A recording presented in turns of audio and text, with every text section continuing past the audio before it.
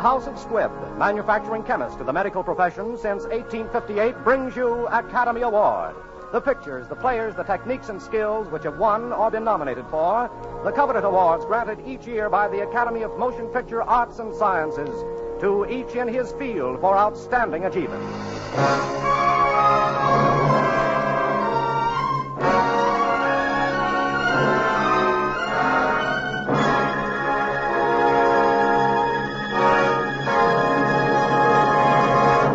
The House of Squibb, makers of the great family of Squibb medicinal products, today brings you John Garfield in Pride of the Marines with Rosemary DeCamp. Pride of the Marines is the dramatic picture which was nominated for the 1945 Academy Award as the best written screenplay of the year. Our star, Mr. Garfield, was nominated as the best supporting actor of the year for the 1938 Academy Award.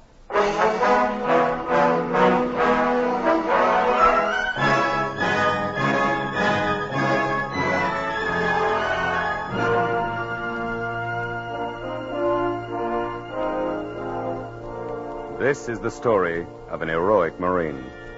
In its way, it's the story of other heroic American fighting men, too, whose qualities in battle, whose qualities in the even grimmer struggle for rehabilitation, made these American soldiers the pride of the free world. This is the story of a boy who's the pride of the Marines, Al Schmidt, United States Marine Corps.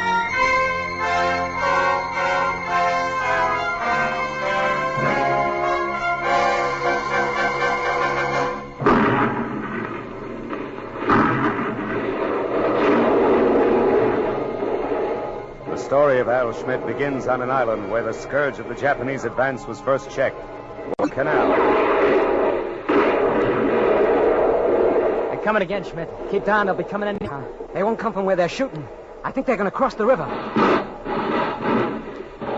Okay, Diamond. How about cutting this gun in? Wait. Now, fire! Marine, you die! Marine, you die! Marine, you die! Watch those hand grenades. Let them have it. Oh! They got Johnny! Oh, you yellow-bellied, dirty, stinking, slimy pigs! The best guy in the world. Watch it. Coming in again. Diamond! Push me out of your way. Where you hit? Shoulder. Get me out of your way. I'll stick with it. Stick. Don't let me through. Lee! I'll kick off. I'll get help soon. I don't want to be alone, Lee. You dirty skibbies. You can't sneak one up on me, huh? You ain't coming so fast anymore. Don't like what you're getting, do you? Come on, suckers. There's nobody in your way. Just a couple of Marines. Oh! I can't see. Right in the face. My eyes. I can't see. I can't see, Lee. I can't see. Al, don't do it. We'll get help soon. Put down that 45. Don't shoot yourself. Shoot myself? Just tell me where they are, Lee. Tell me where they're coming from, Lee. Tell me where they are.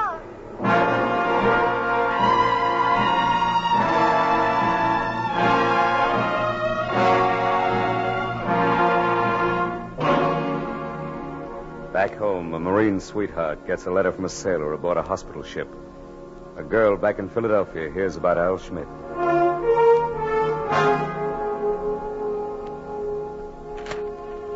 Dear Ruth, Al asked me to write this letter on account of he can't do any writing now.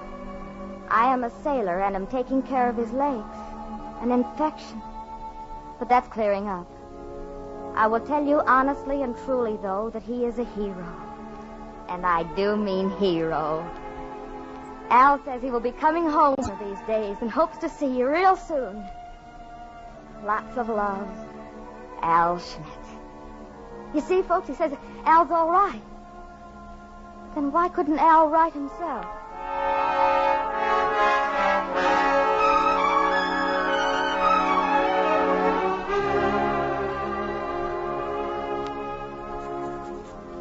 And, as for the Red Cross workers here in San Diego Base Hospital, well, they're okay. Even the blonde one who brings me a letter. But as for me, I'll take a girl named Ruth every time. Ah, come on, pal. This is the first letter you've written yourself. Give her a little. Big. Think how she wants to come to you. Well, what'll I say? Oh, you want to tell her about your gang? Oh, sure, yeah. We got a great gang of gyrenes here, Ruthie. A lot of them from the canal. Lee Diamond, who was with me, Kababian. Where's that ashtray, Blondie? On the desk, right by your hand. Your right hand, Al. Oh, thanks. Oh, how about the rest of the letter? Oh, that's enough. Isn't there anything else you want to tell her, Al? Like what? About your eyes. No. Well, she'll have to know sometime. Look, after I have my operation, after I can see again. Well, then I'll tell her. Then it'll be a big laugh for the both of us, understand? You know there's an operation scheduled for you tomorrow morning. Well, sure, they told me. Bet you thought I'd be scared or something. Well, this is what I've been waiting for. This is going to fix me up. Al, the doctor doesn't promise you'll be able to see after this operation. Maybe you'll... He doesn't have to promise. I know them doctors. Like the one on the ship who was always saying I might lose a leg from blood poisoning. Did I? Here, add something to that letter, will you, Ruthie? Here, to Ruthie. Ruthie, I've been holding out the best news to the end. You keep asking me why I don't write to you myself. Well, the reason is my hands. I caught some shrapnel in them like a dumb bunny. But any day now, you'll be getting a letter every day written by yours truly himself. Al, this isn't any good. You're just storing up trouble for yourself, for both of you. Don't be a killjoy, Blondie. Here I am on top of the world. And take this from me, will you? It won't be long before I come walking up the steps of your house, Ruthie. And don't you worry about my hands, baby. When I get them on you, you'll know they're all right. Gosh, sweetheart, I can hardly wait to see you. Say it, Al. Just make believe I'm a typewriter. Don't be embarrassed. I can hardly wait to kiss you for the first time, honey. I never told you what I feel like when you're in my arms. Looking up at me with your eyes with that kind of funny, wonderful light in your eyes. Like you did on that railroad platform when I went away. Say it, Al. Lots of love, your brown-eyed devil. She used to call me that once. It's a kind of joke between us, see? Yeah. Blondie, look at this picture. Ain't that a nice face, though, ain't it? Here, come here, take a look. Now, Smitty, I just looked at it a little bit ago. Well, don't rib me. I only showed it to you once. Yeah, it's a very nice face, Al. A guy could lean on a girl like that. A Marine don't lean on anybody. If there's any leaning to be done, the female sex the weaker, ain't it? Well, most people lean a little on somebody. Nobody stands alone. Well, you just let me have that operation, Blondie. I'll stand alone. You just watch me.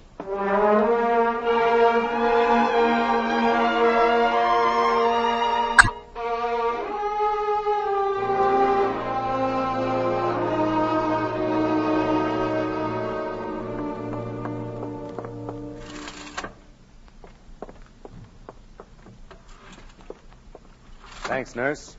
Well, I guess we're ready for you now, Smitty. Not too soon for me, Doc. I'm busting at the seams. It's been the longest 3 weeks of my life. Now, look, Smitty, don't expect to see the minute the bandage is off, huh? I've darkened the room so as not to... Okay. You told me that, Doc. Just get it off, will you? Now, I'm not making any promises either. The healing process is... Okay, but let's try it. Please. Bandage is off now. No.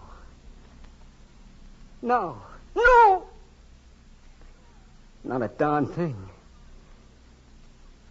But I didn't expect to see with the blinds down. You said it was dark in here. How about the flashlight? You promised I will. But now, take it easy. Turn it on, Doc. Even if it's only a 2-bit flashlight. I'm going to see stars and angels and Ruth. Come on, Doc. Let me see the light. Bring it closer. See anything? Yeah. Like a locomotive headlight way off in the fog. Bring it closer. Closer, Doc. I'm sorry, Al. The light was full on your face. Close. Doc. I can't be blind. Not for my whole life. Look, Al, Doc, please. All you medicine fellas, you're smart, you're educated. You got ways of fixing guys up. I did my best. I fought. I'm not asking for so much. Al, this examination isn't final. I told you yesterday it wouldn't be. Well, when can we try again? Tomorrow, next week? Well, you're still suffering from the effects of eye concussion. There are still pieces of shrapnel that have to work themselves out. And you'll probably have to have another operation after a while. When? Well, we'll have to wait. 6 months, a year. Even then, there's no assurance you'll see. 6 months? Well, what are my chances? Give it to me straight. I I have a book here I want you to take with you. And we have people right here who'll teach you to... No! It's one of them books for the blind. I don't want any of that stuff. I want to stand on my own. I don't want any of that stuff. Al! Al, right now I'm thinking of someone. A doctor friend of mine. We went to school together. He was blind from the time he was 10 years old. That didn't stop him. He's married, got 2 kids. He's a fine psychiatrist and a happy man. Are you listening to me, Al? I'm not saying it'll be easy for you. And that these first months aren't the toughest. But people get the wrong idea about blindness. A blind man is not helpless. He just has to do things in a little different way from the rest of us. Are you listening to me, Al? Why don't God strike me dead?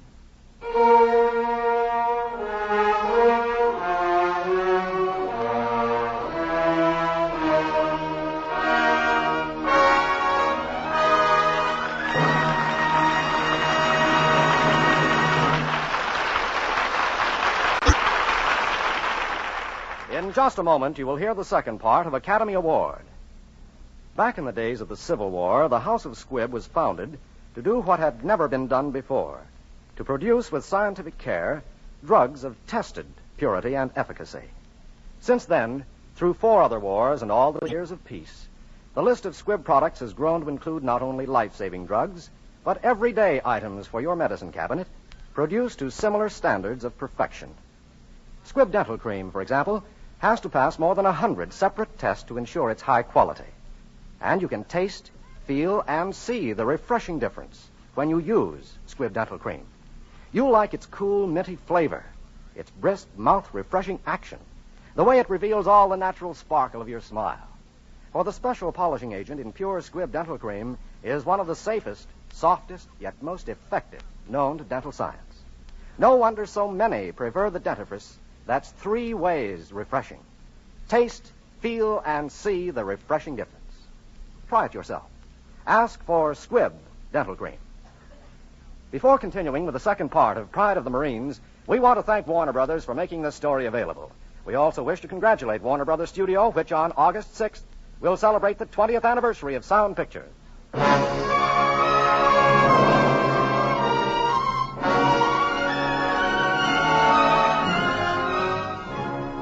Now for Part 2 of Academy Award, starring John Garfield as Al Schmidt in Pride of the Marines with Rosemary DeCamp as Virginia.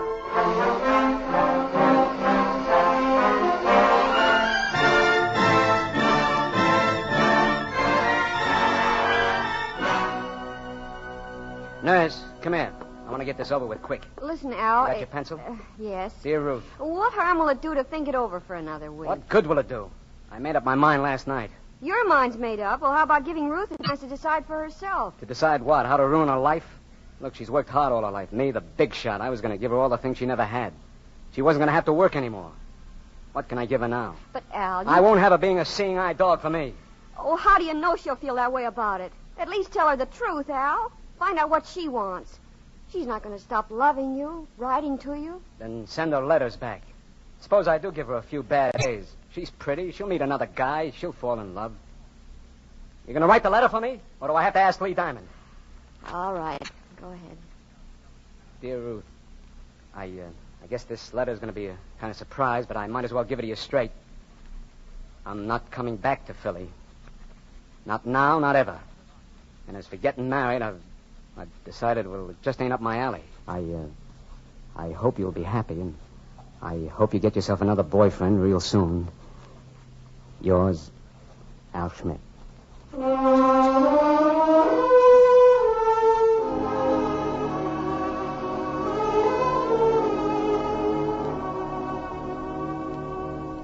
Al, here you are. There's a long-distance call for you, Al. Here, I'll take you. Oh, from where? It's from Ruth, from Philadelphia. I ain't here.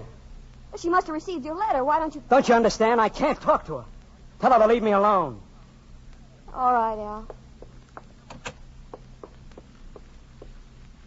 Hello. May I accept the call, please? This is Virginia Pfeiffer of the Red Cross. Just a minute, please. Hello? A friend of Private Schmidt's asks if she can accept the call. Miss Virginia Pfeiffer of the Red Cross. Oh, yes. She's been writing.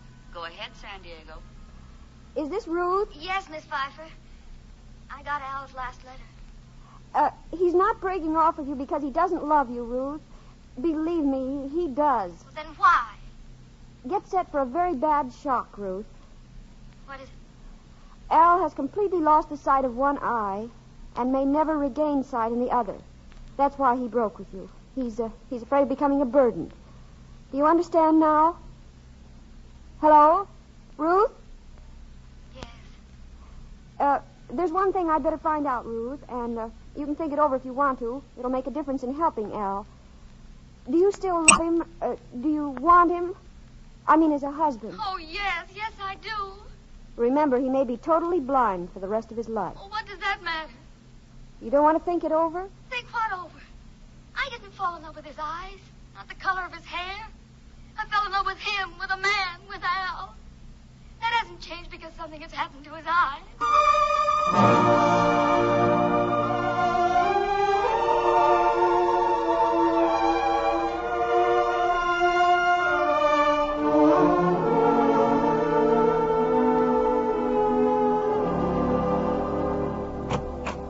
Captain Burrows says to go in, Smitty. Good morning, Schmidt. Morning, Miss Pfeiffer. Morning, sir. Good morning, sir. Hi, Al. Oh, sounds like Lee. That's it. Sit down, everybody. Schmidt, I've got great news for you. You're getting the Navy Cross. Congratulations. Al, it's wonderful. Say, that is something. Corporal Diamond's getting one, too, although the ceremonies won't be held at the same place. That's great, Lee. Give me a wallop. The Navy has decided that you'll get your award at the Philadelphia Navy Yard. Corporal Diamond's going to go on furlough, too, and he'll be on the train with you. And you'll leave tomorrow and be home in time for Christmas. I gotta go back there? Sorry, Schmidt. You're under orders. You're going back. Tomorrow? Tomorrow. Goodbye. And good luck. Thank you, sir.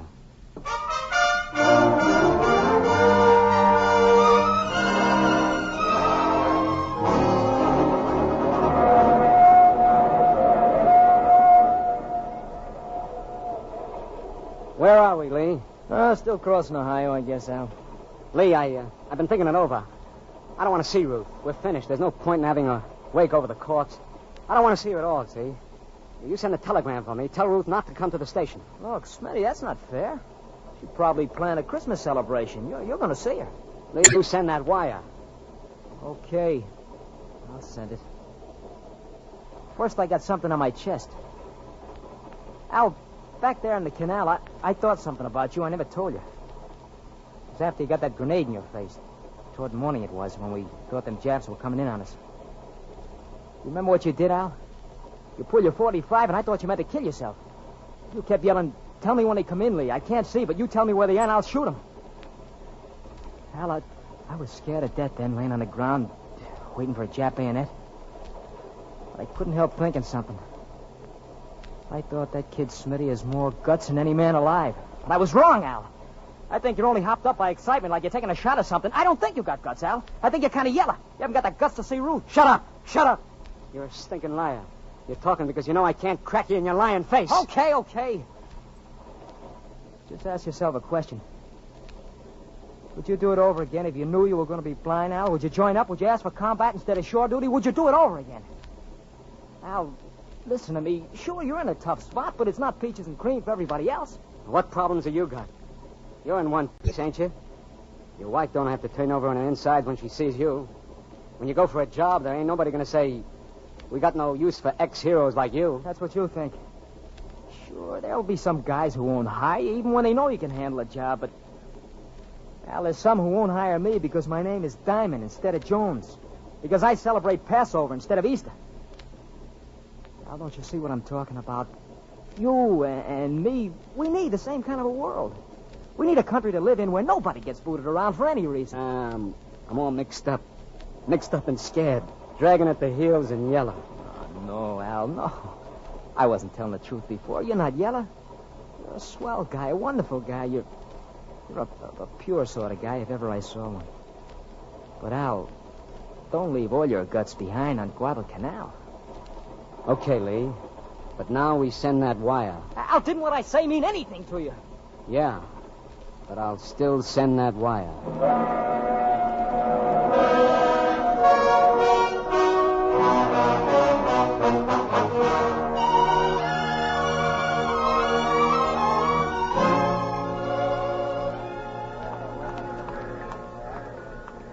You're Ruth. I know you from Al Snapshot. I'm Lee Diamond. Didn't you get his telegram? Yes, I did. But I decided to come down to the station anyway. Oh, Lee, help me. I've got to get him back where he lived, amongst his friends. He's got to know. He's pretty set on not going. Where are you taking him now? The Navy hospital. He's got to come home first, even for just an hour. Well, if he won't go with you, he won't. I have Al's car here. Couldn't you tell him it's a Navy car, maybe? I'll take him to the house, and then tonight I'll drive him to the hospital. Oh, I don't know, Ruth. I want one chance, Lee. Won't you give it to me, please? It's his whole life I'm fighting for. Yeah, and yours, I know. Okay, I'll see how good a liar I am, Ruth. Hang on.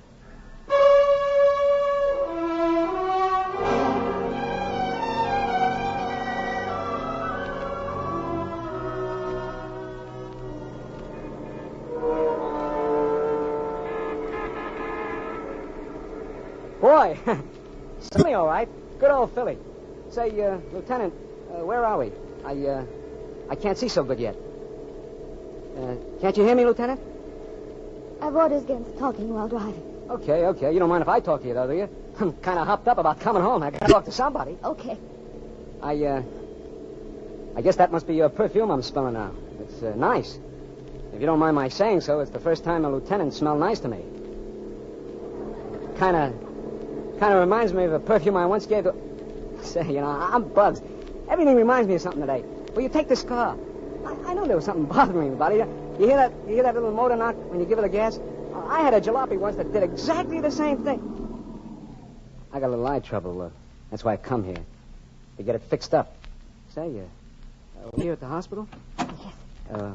Would you take this out for me, Lieutenant? It's not heavy. Yes, this way. Thanks. I'll take the bag now. You just lead the way. Some steps now. Wooden steps. Say, this hospital must be an old dump.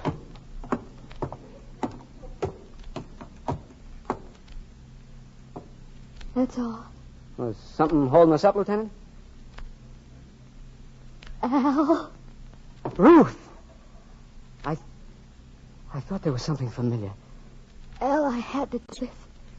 What's the use? It's no good. Al, it's Christmas Eve.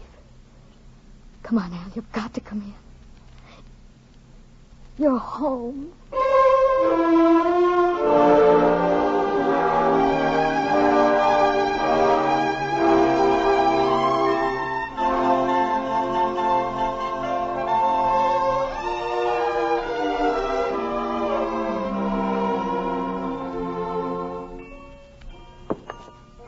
Al, where are you going? Stop following me around. I'm blind, Ruth. I'm helpless. I'd be a drag on you all your life. Why don't you let me decide that? Because I'm nobody's lapdog, that's why. I got too much pride. Pride? You don't have any pride. You want to feel sorry for yourself. You want to feel lonely.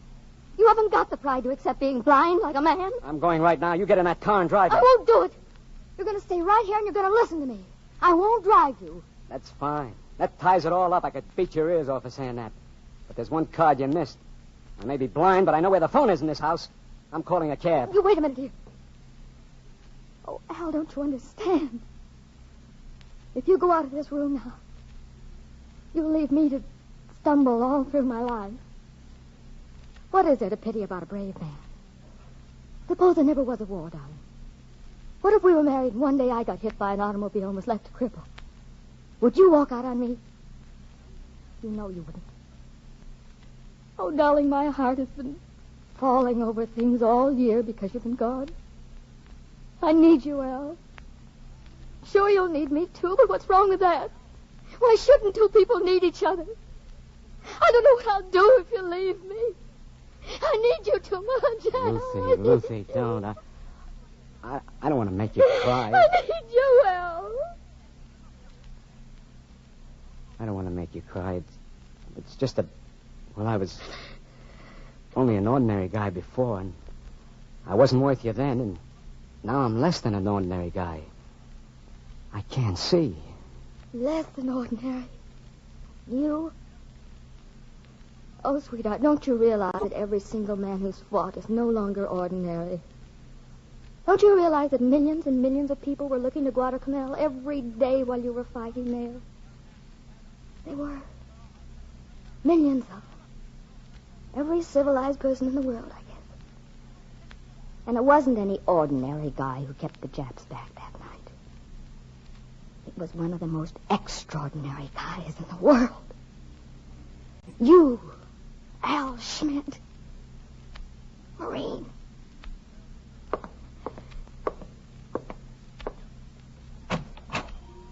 Al, where are you going? I guess I'd better unpack that kit, Ruthie. Oh, Al. Oh, Al. Well, looks like I'm home for keeps, baby.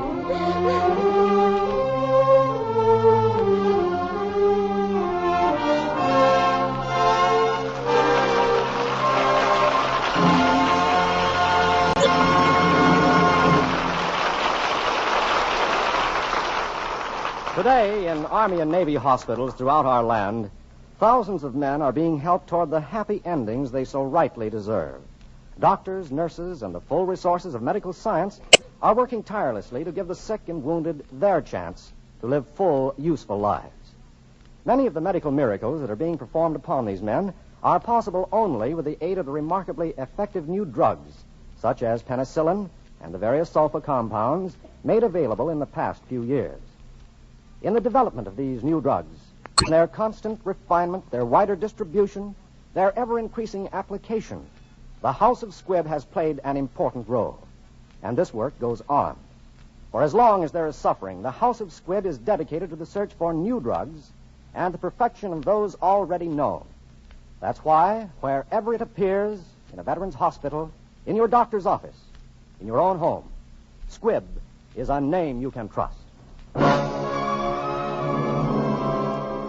Next week, another great picture. The House of Squibb will present Academy Award starring Pat O'Brien and Adolphe Menjou in Front Page. Pride of the Marines was written for radio by Frank Wilson with an original musical score composed and conducted by Lee Stevens. Our producer-director is Dee Engelbach. John Garfield, whose performance you enjoyed today as Al Schmidt, is soon to be seen in Warner Brothers' new production, Humoresque. Rosemary DeCamp, who played Virginia, may currently be seen in Warner Brothers' production, Two Guys from Milwaukee. This is Hugh Brundage bidding you good night until next week at the same time, when you're invited to listen again to Academy Award, presented by the House of Squibb, a name you can trust. This is CBS, the Columbia Broadcasting System.